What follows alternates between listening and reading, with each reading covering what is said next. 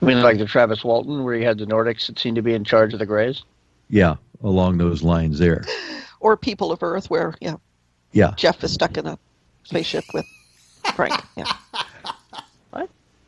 Oh, People of Earth is a great one. You got to watch that if you haven't seen it. I love People of Earth. It's been a while, though. They only had the 1 or 2 seasons, One right? season, yeah. Two seasons, yeah. Jeff was the gray alien, I believe. Yeah. Huh. I got to check that one out. I haven't seen that one. Oh, it is hilariously funny. For anyone who actually understands ufology, you get the jokes a lot more than... I mean, it's anybody will like it, but like people like us, we get all the some in-jokes and such like that. Thomas, you will love it. You know, I haven't watched that much TV in a long time, but now that I'm home more often, I'm starting to watch more of it. And I do binge watching. So when I watch, I'll probably binge watch everything and see all the episodes in like one day. Wow. Yeah. All right, I think what we're going to do is take us a quick break. And if you do have questions, private chat them to either Ceiling Cat or myself, H. Foister. I hope you guys are enjoying the show. Anything you want to add? Jeff, you can take us out. How's that sound? That sounds good. Let me scroll up a bit. It's been so long. So you're listening to the Paranormal View on para-x.com with your host, Henry Foister, Ceiling Cat, Barbara Duncan, and surprisingly, myself, Jeffrey Gould, with tonight's always excellent and wonderful guest, Thomas Wertman. So stay tuned for more of the Paranormal View after the break. Whether you're listening at home, at work, or anywhere, thanks for making Para-X part of your day. Your source for everything paranormal, Para-X. And welcome back, everybody, right here to the Paranormal View on the Para-X Radio Network. I want to thank everyone for being with us tonight, those in the chat room and those listening from around the world. Appreciate each one of you. Tonight we have with us, of course, Barbara Duncan. I'm still here. And taken by aliens. The long-lost missing Jeffrey Gould. Hello. Still here. Coming on and off, though, unfortunately. Oh. And our guest tonight, the one and only Thomas Wertman. Maybe. Hello. Yeah, there he is. You cut out there for a second on my system. It's either that or Henry, my eyes are watering because I've been trying to fight off that virus, that flu. Oh, really? A little bit. Oh. And I put fighting off Corona. I put Vicks Vapo Rub on. Oh. Well, I'm glad we're not doing the show with you here in the studio. Oh, right now my eyes are watering. And speaking of people from around the world, Barbara, where do we have listeners tonight? All over the United States, Canada, and a lot from England tonight. A lot from England. All right. We got quite a few in the chat room, too. And I want to thank all of them for dropping by tonight. Of course, we're talking about UFOs, aliens, and all kinds of other good stuff.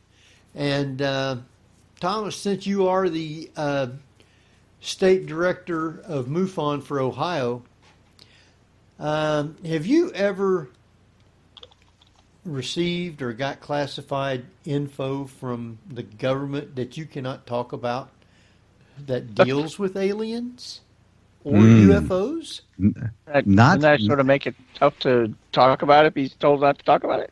Yeah, but he can acknowledge. I'm shaking my head right now. And I assume it's up and down. Well, the thing is getting the information directly from the government. The thing that we get is we get a lot of witness reports. And a lot of the witness reports really go back to witness testimony, where you've got witnesses describing what happened. And a number of times they don't want to give necessarily their name. They don't want to go public with it. And the thing is proving, the story. I heard a story very similar to the Nimitz on her, Barbara, going back back to 2011. something like that, I had an individual come up to me that looked like a Tom Cruise type guy. Every hair in place, good-looking guy, looked to be right around 40-ish age bracket. And sometimes I tend to look at somebody like that and say, okay, what does this person do for a living? And when they came up, I said, this guy looks like he just got out of the military after 20 years. That's my bet. And he says, well, just to let you know, he says, I was in the military. I was in the military for 20 years, did my 20 years and got out. I was on aircraft carrier. And he really started giving me a very similar story to what we heard come out from the Nimitz. He says, when I was over in Desert Storm, he said, during Desert Storm, he said, we had encounters with UFOs. He said, these things were flying basically like out from our carriers. He says, we could see like some lights, and he says it would scramble our fighters up to intercept. And he says the fighters would go up and they really couldn't stay with these objects. And again, this sounds almost like David Fravor. David Fravor said he couldn't keep up with it. It was out turning him. It could actually outspeed him. Well, this guy was describing the same basic thing. He says it got so bad. He says that the pilots refused to chase any of these things because they couldn't do anything about them. And it's one of those stories that you make your mental notes, you write everything down. He wouldn't give his name. In this case, he also didn't produce any papers showing me that he was in the military. So it's just one of those interesting stories you have. But then all of a sudden, all these years later now, we hear similar reports coming out. And they've been going on in 2004. They were going on in 2014-15. And who knows how many other incidents that you've heard. So now it's like it takes that interesting story and becomes more interesting, but at the end of the day, you still don't have radar data. You still don't have video. You just got the interesting story from this individual. And I've had a number of those. I've had one where the individual was worked at Wright-Patterson. He reportedly walked in on an autopsy. And this is one when the report came into MUFON.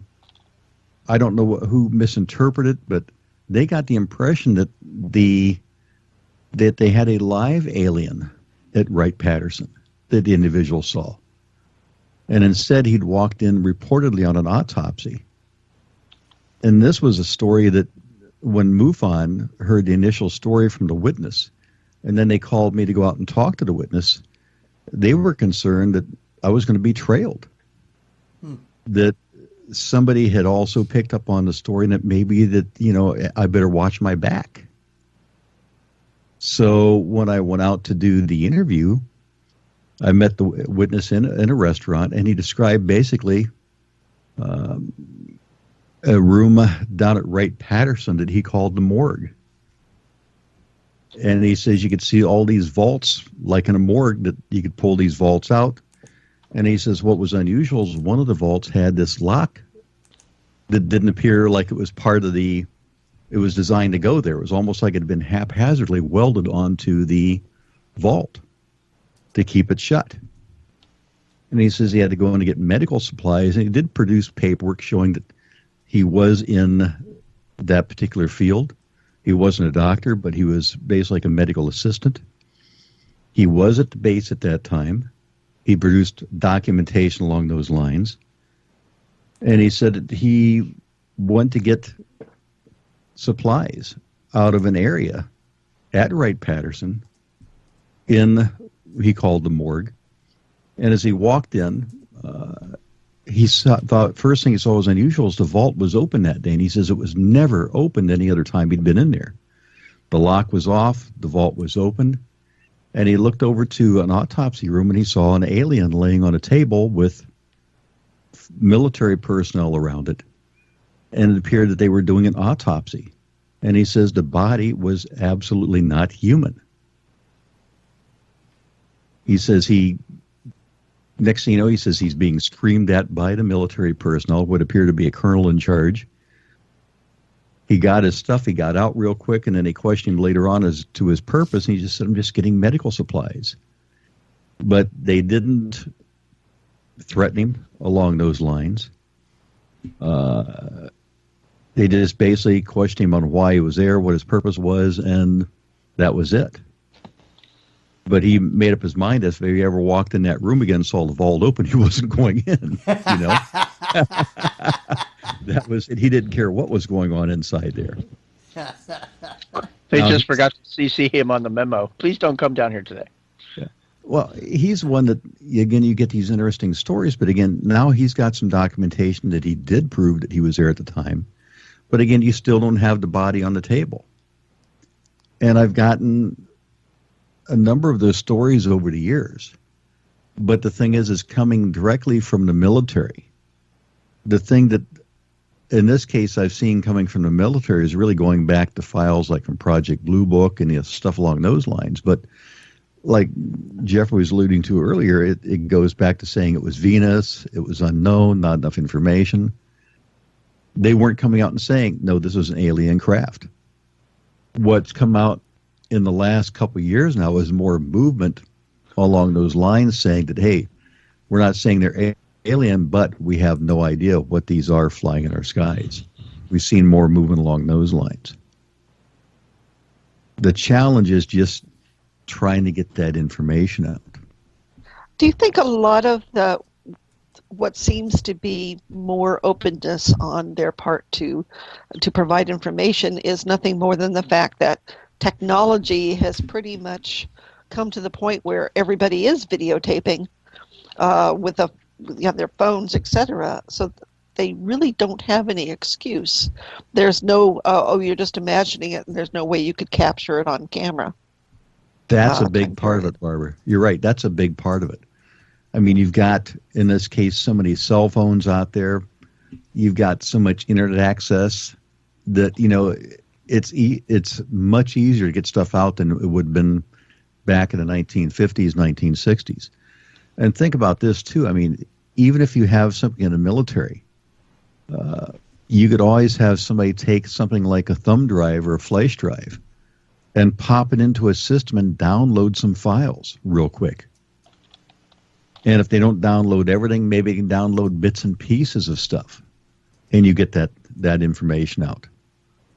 Like in this case, the videos that you emailed me about earlier, those videos, I mean, those were taken by the F-18s.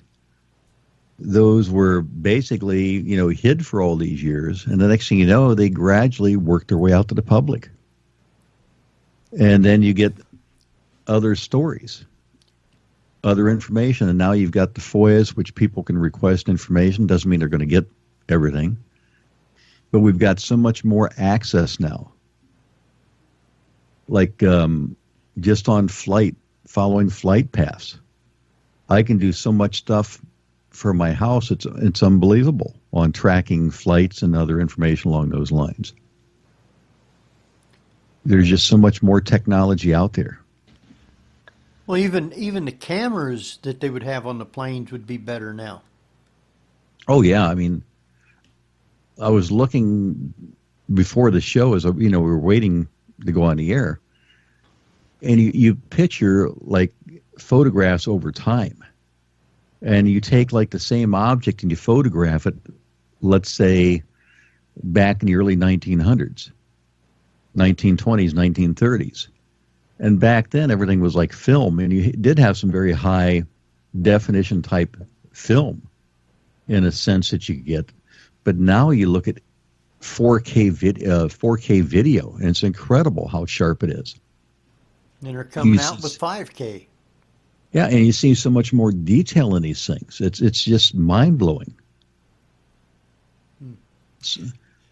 I got a question from Tabby Cat in the chat room, and she wanted to know: do you think there is anything to the rumors that the Philadelphia Project has its roots in alien technology?